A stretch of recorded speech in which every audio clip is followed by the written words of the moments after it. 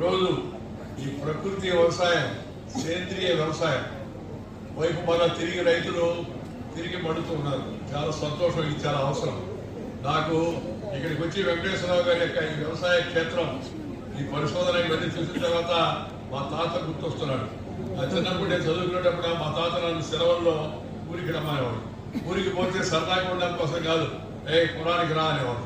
పొలానికి పోతే ఆయన గమ్ముగా చూస్తూ ఉంటే చోటిచ్చేవాడు కాదు. గట్టు మీద నిలబడి నేను చూస్తుండేవాడు. ఆయన గట్టు మీద నిలబడి దిగరా అనేవాడు. నేనేం చూసానే, నాకేం తెలుసు అంటే ఆయన చెప్పాడు, మురతాడు కట్టుకున్న మగవాడు గట్టుపై నిలబడకూడదు, మోసాలు కట్టుకున్నావను అన్నాడు.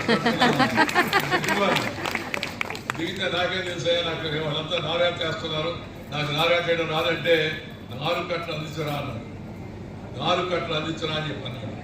అలాగే జొన్న చేలు, రాగి చేలు అవి పంటకు వచ్చినప్పుడు వాటి పిట్టలు తినేస్తున్నాయని చెప్పని అక్కడ ఒక మంచి కట్టి దానిపైన ఉండి ఒడి చేలతో రాడుతో వాటి తరమని చెప్పేవాడు.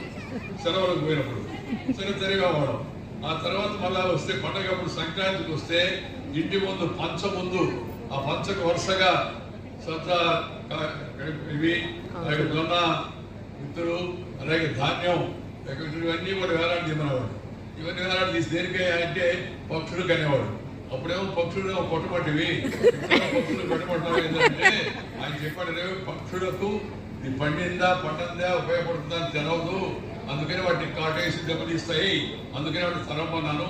ఇవాళ పంట ఇంటికి వచ్చింది, మనం సంతోషకున్నాం, మనతో పాటు పశుపక్షాదులను కూడా సంతోష పెట్టాలి. మన భారతీయ హిందూ ధర్మం అని చెప్పాడు. ఎంత ధర్మసూత్రం దాంట్లో ఇమిడి ఉందో అర్థం చేసుకోండి. చీమకు చక్కెర పెట్టి, పావుకు పాలు పోసి, పశువుకు బొట్టు పెట్టి, చెట్టుకు దండం పెట్టే పవిత్రమైన జాతి మనం. అలాంటి సాంప్రదాయాలను మనం కొనసాగించుకోవాల్సి ఉంది. దాంతోపాటు వ్యవసాయ రంగంలో మనకు సహకరిస్తున్న యొక్క ఎద్దులు కానీ, లేదా ఆవులు కానీ, లేదా పాడే గేదెలు కానీ, లేకపోతే మేకలు కానీ, గొర్రెలు కానీ, వీటన్నిటి యొక్క పంపకం కోళ్లు కానీ, వీటన్నిటి పట్ల పంపకం పట్ల కూడా తగినంత శ్రద్ధ వహించాలా. మన వ్యవసాయాన్ని కొంత వాటి వైపు మరల్చాలి. ఆ మధ్య మేనేజర్ ఒక సంస్థ ఉంది, అగ్రికల్చర్ మేనేజ్మెంట్ అని. ఆ సంస్థ ఒక రిపోర్ట్ ఇచ్చింది ఏంటంటే, ఆ మధ్య వరుసగా రైతులు ఆత్మహత్య చేసుకుంటారు, ముఖ్యంగా పత్తి రైతులు, మిగతా వాళ్ళు. మహారాష్ట్రలో ఎక్కువగా ఉన్నాయి, ఆంధ్రలో కొంత ఉన్నాయి, తెలంగాణలో కొంత ఉన్నాయి. అప్పుడు వాళ్ళు స్టడీ చేశారు, ఎందుకు ఆత్మహత్య చేసుకుంటున్నారు, ఎవరు చేసుకుంటారు ఆత్మహత్య.